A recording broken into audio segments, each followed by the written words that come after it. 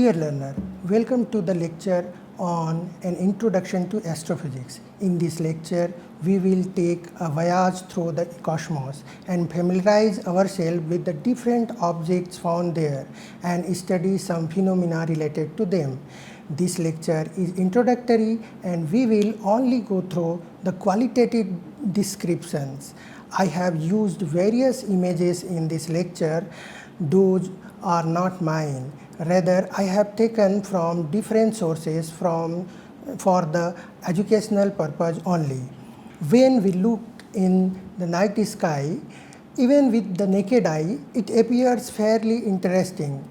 If the sky is clear from the cloud and full moon, we can observe many interesting objects. Apart from twinkling stars, we can observe some planets like Jupiter, Venus, Mars and other. They do not twinkle. We can also find some patterns by connecting stars called star constellations. For example, Orion, Ursa Major, Ursa Minor and Cassiopeia. You can see the Cassiopeia constellation in the image. You can also find some galaxies like Andromeda and star clusters like Pleiades. But to dig deeper and to find more interesting objects and features, we need to use some instruments like telescopes and other detectors. With the aid of telescope, our sky can further amaze us with many beautiful objects. Those are not visible otherwise.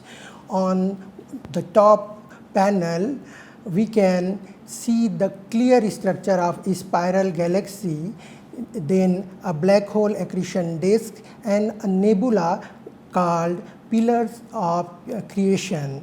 We can also find and resolve many different types of stars like white dwarf star, neutron star and other. We can compare the pictures taken at two different times and find interesting phenomena happened there before. For example, in the image at right bottom, we can observe an exploding star called supernova, which was not earlier there. On the top panel, we can see a nebula which is just a remnant after supernova. So, in astronomy, it is an important job to establish a large sensitive telescope at suitable locations. The telescopes used for observation in optical wavelength or visible light of the electromagnetic radiation are called optical telescopes. Optical telescopes are broadly classified into two categories: refracting telescope and reflecting telescope. In this image, we can see a typical telescope used for stargazing only. In a refracting telescope, light from the distant source converged by its objective lens to its focus. From there, we can see magnified image by using eyepiece. The magnifying power of telescope is the ratio of focal length of objective lens to the focal length of eyepiece. Whether a telescope can resolve an object on the sky or not depends on the limit of its resolution theta minimum, equal to 1.22 times the ratio of wavelength of light used to the diameter of the objective lens. Now, if an object sustains an angle theta on the telescope greater than theta minimum, then it can be resolved by the telescope. In the figure, we can see an example of 200 millimeter diameter refracting telescope at Poznań Observatory, Poland. On the other hand, a reflecting telescope uses a polished mirror to converge light from the distant source. These telescopes are compact and free from chromatic errors. Most of the astronomical telescopes today are of reflecting type. In the image shown here, we can see a 3.6 meter reflecting optical telescope at Devastali, India. It is under the Aryabhatta Research Institute of Observational Science, Aries, Nainital. Are the telescope just used for stargazing? Obviously no. In astronomy, we can do spectroscopy and photometry that provide us the further information to do physics and science. The spectroscope and spectrograph is an instrument that can separate a non-monochromatic beam of light into its constituent wavelength and can record intensity radiated according to their wavelength. Spectrographs are used as dispersive instrument to disperse the light. We use prism and grating. By doing spectrometry, we can find chemical composition, chemical and physical condition of the stellar atmosphere and the stage of evolution of their life, and we can also find the radial speed of the objects. In the image we can see that if light directly reaches to the telescope, we can get the information of the star or the object from spectroscopy. But if light passes through some other object like nebula, it carries information of that object too. The photometry is the means of recording the brightness of a star and other heavenly object with the help of suitable instruments and accessories. For example, CCD, charge coupled devices placed at the focus of the telescope. Photometry of the same object using different color filter generate images with the distinct features as shown in the image on the slide. By doing the photometry, apart from detecting the brightness, we can also study the structure of galaxy and other objects. We can detect the variable star, those varying in brightness with time. We can find the planets outside our solar system revolving around the other star. We can use this characterizing light curve and detect and analyze supernova using the photometry. Apart from visible light, we can observe in radio waves, infrared, X-ray and gamma ray too, because each source emits light in all electromagnetic radiation. Radio telescope can operate in daytime also. They are the largest telescope among other and can be used to deep sky observation, but their resolution is very low. Therefore, many radio telescopes used simultaneously focused in the same direction. This technique is called radio interferometry. In the image, we can see the array of 30 giant meter radio telescope GMRT. Each of them has 45 meter parabolic disc, and these are established at 80 km north of the Pune, India. Telescopes are also sent to the outer space. This way we can get free from the scattering and absorption of our atmosphere. For example, the Hubble telescope, Chandra X-ray telescope and WMAP telescope. Now we will learn how far a telescope can see. Let us first discuss the unit of the distance used in the astronomy and astrophysics. In astronomy and astrophysics, we use mainly three types of unit of distances.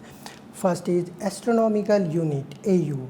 It is defined as the distance between Earth and the Sun. The astronomical unit is generally used in the measurement inside the solar system. Distances of stars and nearby galaxies are usually measured in the light year. It is the distance traveled by light in 1 year. It is equal to around 9.461 trillion kilometer. On the other unit which is used in astrophysics and astronomy is the parsec or parallax second. It is the distance where the average radius of the earth around the sun, that is 1 astronomical unit, sustain an angle of 1 arc second.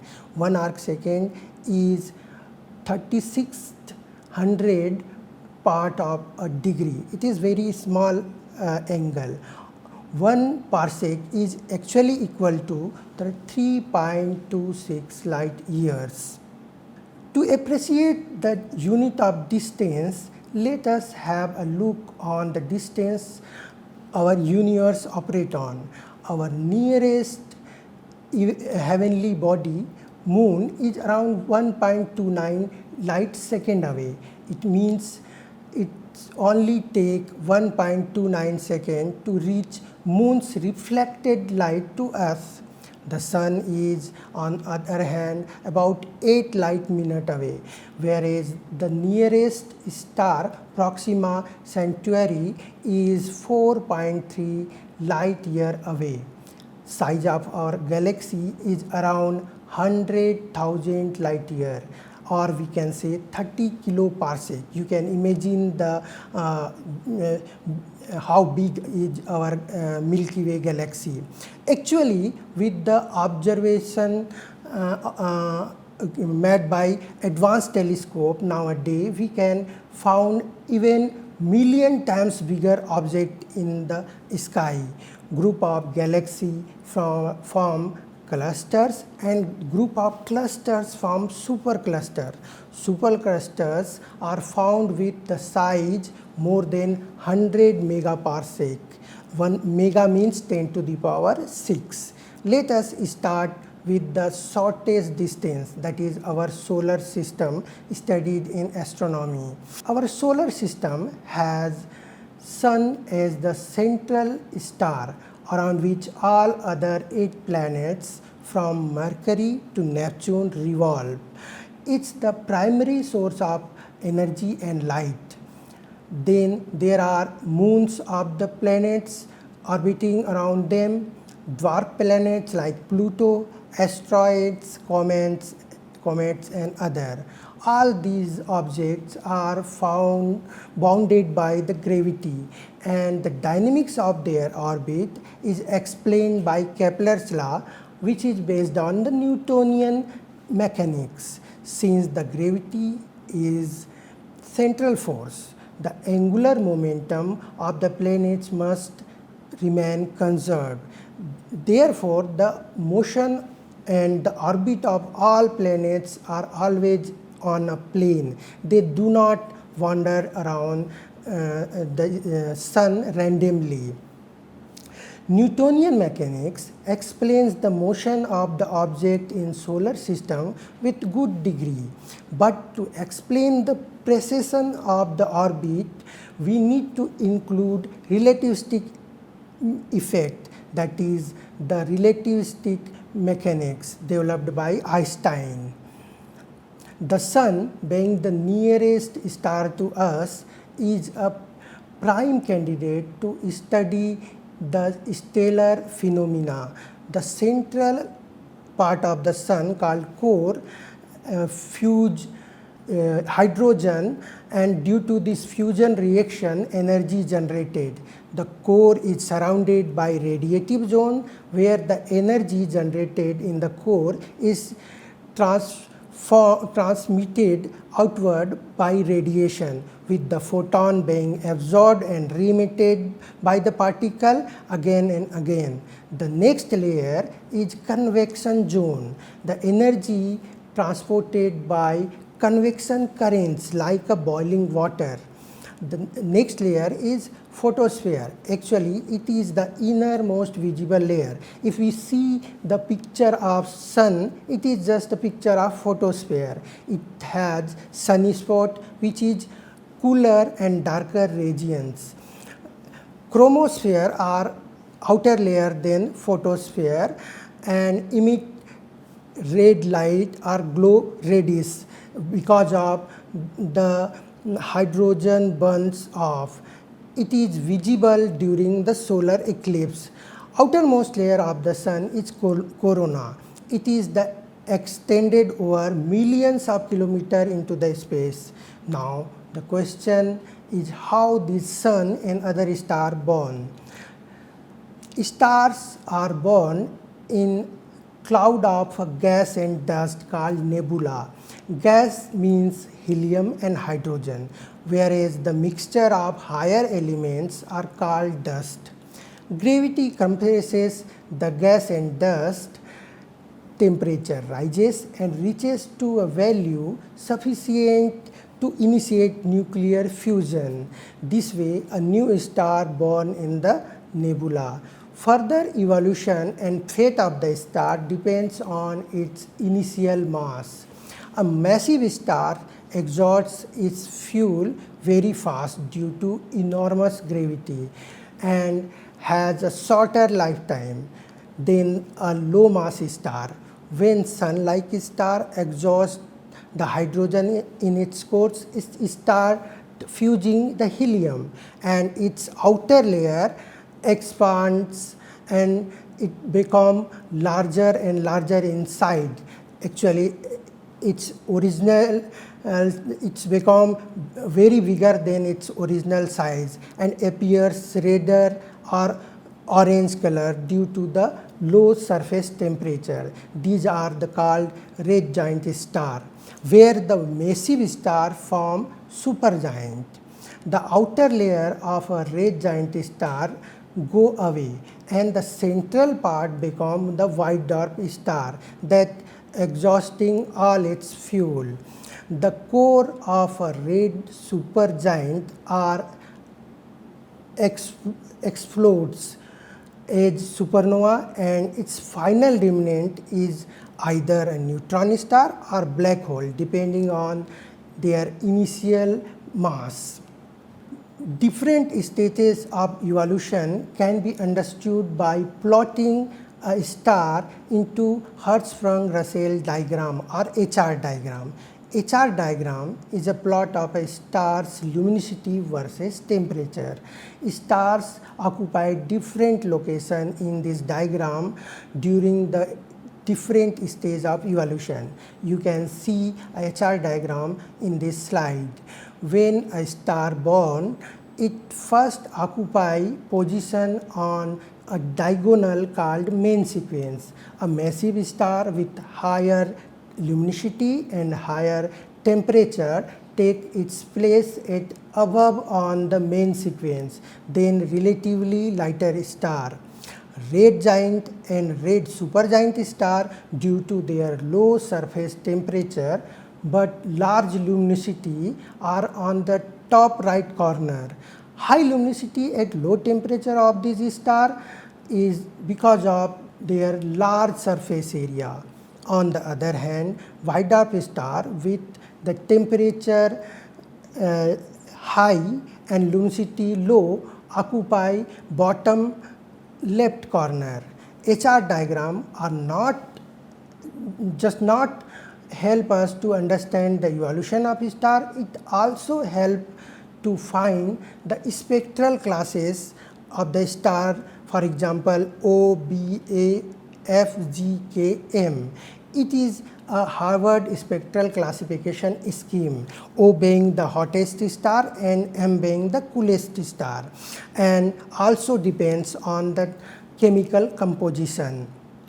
Let's start with the all three end state of the star. First end state of low mass star is white dwarf star. So white dwarf star, as discussed earlier, is the end state of average star like Sun. The Earth size white dwarf star has density of the order of 10 to the power 9 kg per meter cube. Earth itself has average density of around 10 to the power 3 kg per meter cube. So the white dwarf is million times more denser than the Earth and it has no fuel to fuse. So how it's maintain its dynamic? It is actually it's maintain the dynamics because it is a degenerate star. The force of gravity is balanced by the electron degeneracy pressure. This is the way to maintain the dynamics. Actually, electrons are fermions and the gravity cannot quench to suppress all electrons into the same state. So, they push the gravity upward. It is called the degeneracy pressure. But a white dwarf star can have maximum mass equal to 1.4 solar mass called Chandrasekhar limit. If a white dwarf somehow accrete mass from its companion or other stars and crosses this limit of 1.0 solar mass, it explodes. This explosion is called supernova type 1, and this supernova type 1 works as a standard candle to measure distances in the cosmos, because we know exact luminosity while exploding, because the mass is fixed to 1.4 solar mass. Other possibility of end state of the star is the neutron star. If initial mass of a star is between 8 to 25 times that of the sun, at the end it becomes neutron star. It has density of around 10 to the power 17 kilogram per meter cube, which is the density comparable to the nucleus of an atom. Due to the enormous gravity, in the core, proton and electron combine and form neutron. So, core of the neutron star is only made up of neutron. That's why the name is. Its dynamic is maintained by neutron degeneracy pressure, because neutron is also fermion and it has a magnetic moment also. Because of this, the neutron star has extremely strong magnetic field. These magnetic fields can accelerate particles to high energy and create intense beam of radiation along its axis. The rotational neutron stars emit beam of electromagnetic radiation from its magnetic poles, are sometimes called pulsars, because they appear to send pulses of light towards the earth when their beam is aligned with the earth. The another end state of star is possibly black holes. A black hole is an astronomical object with a gravitational pull so strong that nothing, even can light, escape from it. It is formed after supernova explosion of the largest star in the sky. We also found supermassive black hole at the center of a galaxy, including Milky Way, our galaxy, with masses millions to billions times that of the sun.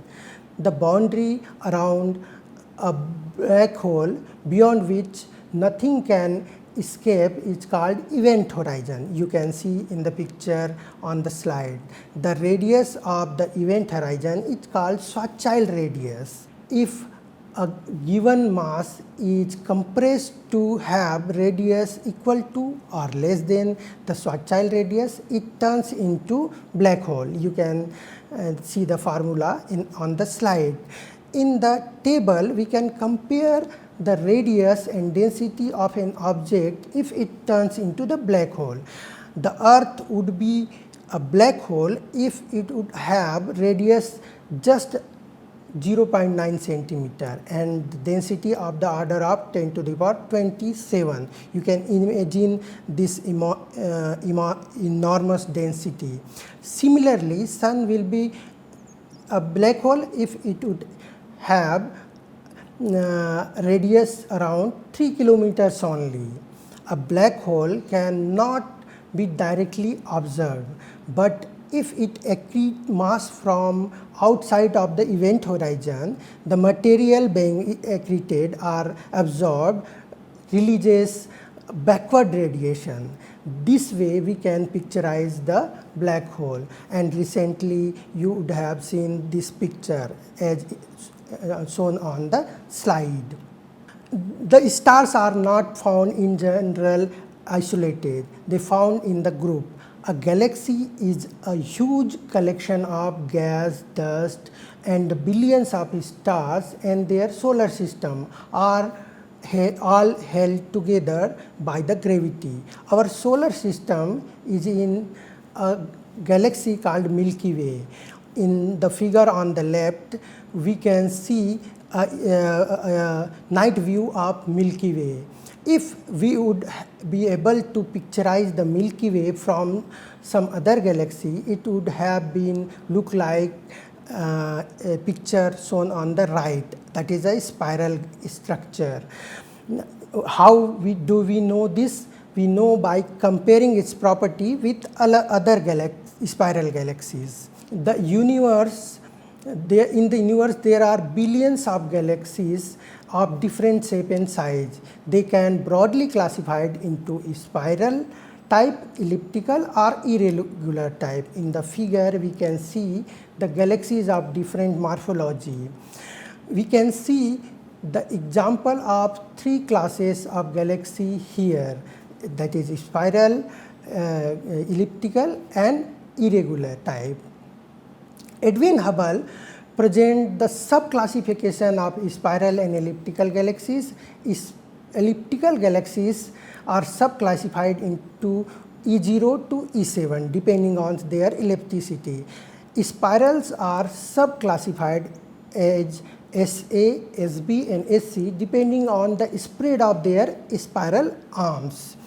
Spirals with a bar across their center are separately classified as SBA, SBB and SCC. These galaxies are also do not found isolated, they are also form some larger structure. Galaxy clusters are the larger structure in the universe consisting of hundreds and thousands of galaxies bounded together by the gravity.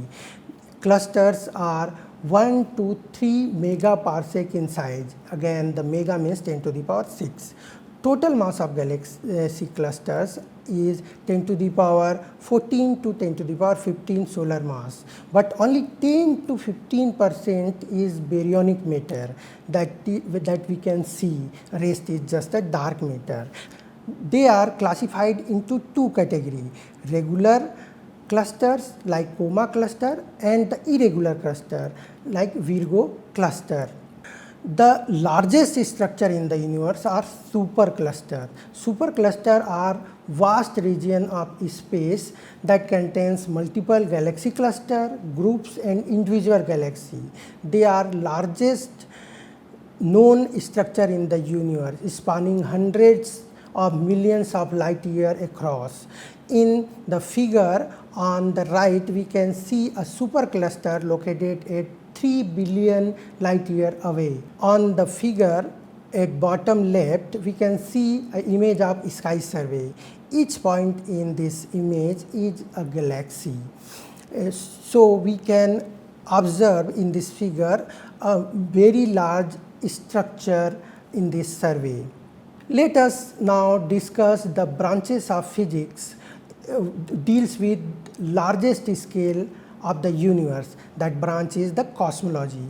Cosmology is the branch of physics that includes the study of universe, its origin, evolution, structure and dynamics as a whole.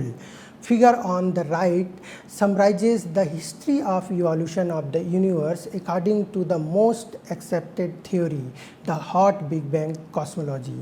The universe is originated by big explosion, Big Bang, called Big Bang. It is released enormous energy and formed dark matter and probably dark energy. Then inflation, a rapid expansion, plotted seeds for structure formation in the form of quantum fluctuation in the space. When universe further expanded and cooled down, lighter elementary particles like electron, proton, neutron were formed. This was a radiation dominated era. Radiation density was very high and photons were coupled with the neutron and proton. They are not free to move around. Coupling broke around 400,000 years after the Big Bang, and it released the radiation we see today as cosmic microwave background radiation, or CMBR. It is the signature of Big Bang happened in the past. Coupling, the universe entered in the matter dominated era later, and in the matter dominated era all the structure we see like stars, galaxy clusters were formed.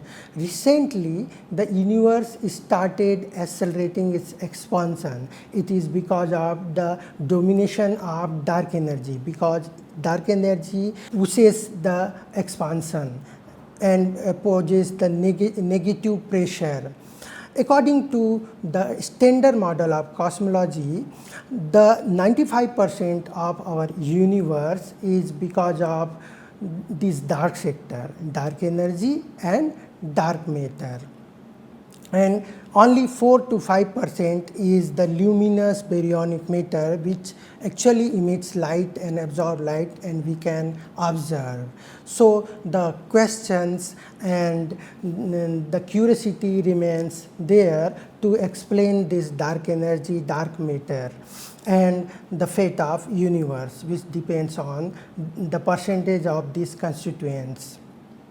At the end, I would like to suggest these 3 books for your reference. Please go through these books and find out some more mysterious things about your cosmos and enjoy studying the universe. Thank you.